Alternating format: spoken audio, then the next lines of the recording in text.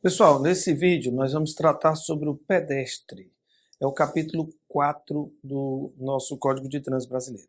Interessante é que o capítulo anuncia, na sua nomenclatura, no nome do capítulo, pedestres e condutores de veículos não motorizados. Mas se você prestar atenção, ou se você prestou atenção, lá no artigo 58, por exemplo, a gente já tratou da bicicleta, lá no capítulo 3, ou seja, o capítulo anuncia que nós vamos ver os veículos não motorizados, os condutores de veículos não motorizados, mas na verdade esse assunto, veículos não motorizados, ele já foi tratado dentro do capítulo de normas. Nós temos alguma coisa, temos um parágrafo lá no artigo 68 que trata sobre o ciclista, mas praticamente é só ele. Então, veículos não motorizados, de verdade mesmo, eles já foram tratados, as bicicletas, os veículos de tração animal, eles já foram tratados no capítulo 3, Normas Gerais de Circulação e Conduta. Então, esse capítulo, salvo um ou outro parágrafo, a gente vai tratar exclusivamente do pedestre. É um assunto curtinho, é um assunto rápido, certo? Mas que de alguma maneira pode te ajudar na prova, pode ser que caia alguma questão sobre esse assunto. Vamos ver o que diz aqui o nosso Código de Trânsito sobre o pedestre. Olha só. Nós vamos agora do artigo 68 ao 71. Aqui é um resumozinho, eu vou deixar para voltar para o resumo no final, só para a gente fechar a ideia. O que é que eu tenho aqui?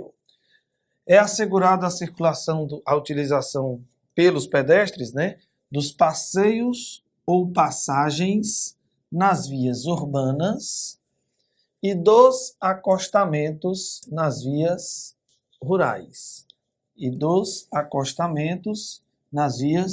rurais. Então veja só, se a questão de ser assim, como deve circular o pedestre nas vias urbanas? Você vai responder passeios ou passagens. Como deve circular o pedestre nas vias rurais? Você vai responder pelos acostamentos. Porém, eu tenho que fazer aqui uma observação com vocês sobre o anexo 1, conceitos e definições. O que é que eu tenho lá no anexo 1? Lá no anexo 1 eu tenho várias outras situações em que o legislador destinou parte da via para o pedestre. No artigo 68, passeios e passagens. Mas, pelo anexo, eu sei que o pedestre também pode usar o acostamento, a calçada, o passeio, até nós estudamos os três juntos, A ilha, ele pode usar para se proteger, se resguardar, Falando em se resguardar, o refúgio, o canteiro central e as passarelas. Além, é óbvio, da faixa de pedestres. Então, observe. Como deve... Nós estamos falando só de vias urbanas, tá?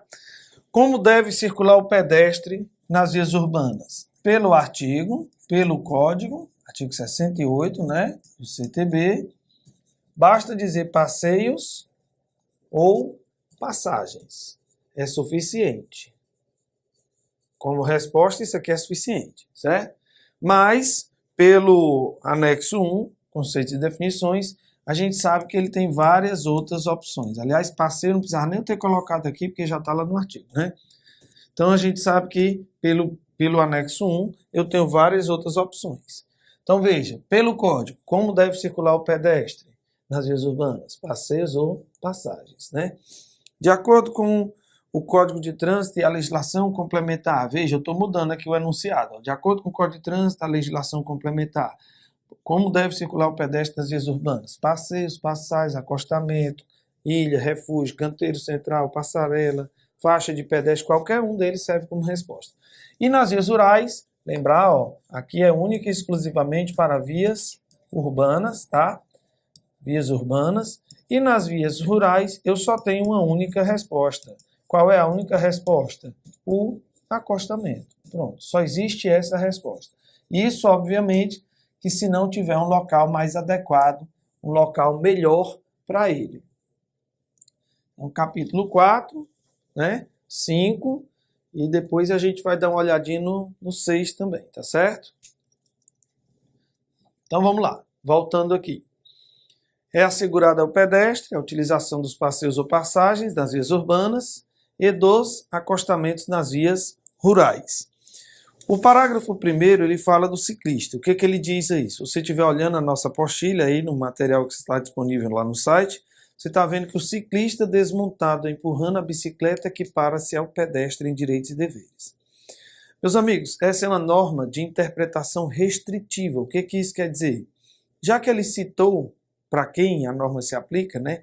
Já que ele nominou para quem é essa norma, no caso para o ciclista, ela não pode se estender aos demais usuários. Então, por exemplo, para empurrar, só empurrar uma motocicleta, eu devo ser habilitado, eu devo estar utilizando capacete, eu não posso ter consumido nenhuma bebida alcoólica ou substância de efeitos análogos, né? Drogas, medicamentos, tá certo?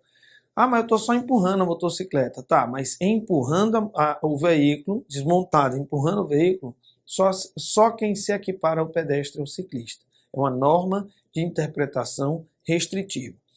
Ah, fiquei na dúvida. Você vai lá no Manual Brasileiro de Fiscalização de Trânsito, Resolução 371, e ele traz essa disposição, ele traz essa explicação de forma mais completa que no Código.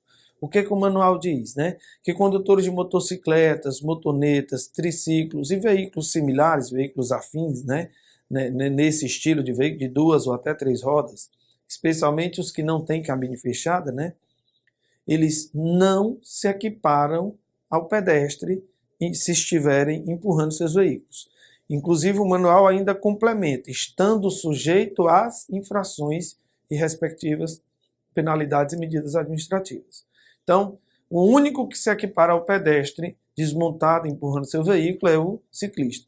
Se o motociclista, por exemplo, descer da motocicleta e fizer um retorno proibido, contornar ali o canteiro ou até passar por cima do canteiro, né? O fato dele ter descido da motocicleta não vai eximi-lo da infração, da penalidade, né? Se você, na condição de agente de trânsito, flagrou essa situação, você vai autuar normalmente, não vai mudar nada. Então, a regra é de interpretação restritiva. É só o ciclista e ponto. Acabou. Tá. O artigo 68 está dizendo que o pedestre deve usar os passeios ou passagens nas vias urbanas. E também está dizendo que ele deve usar os acostamentos nas vias rurais.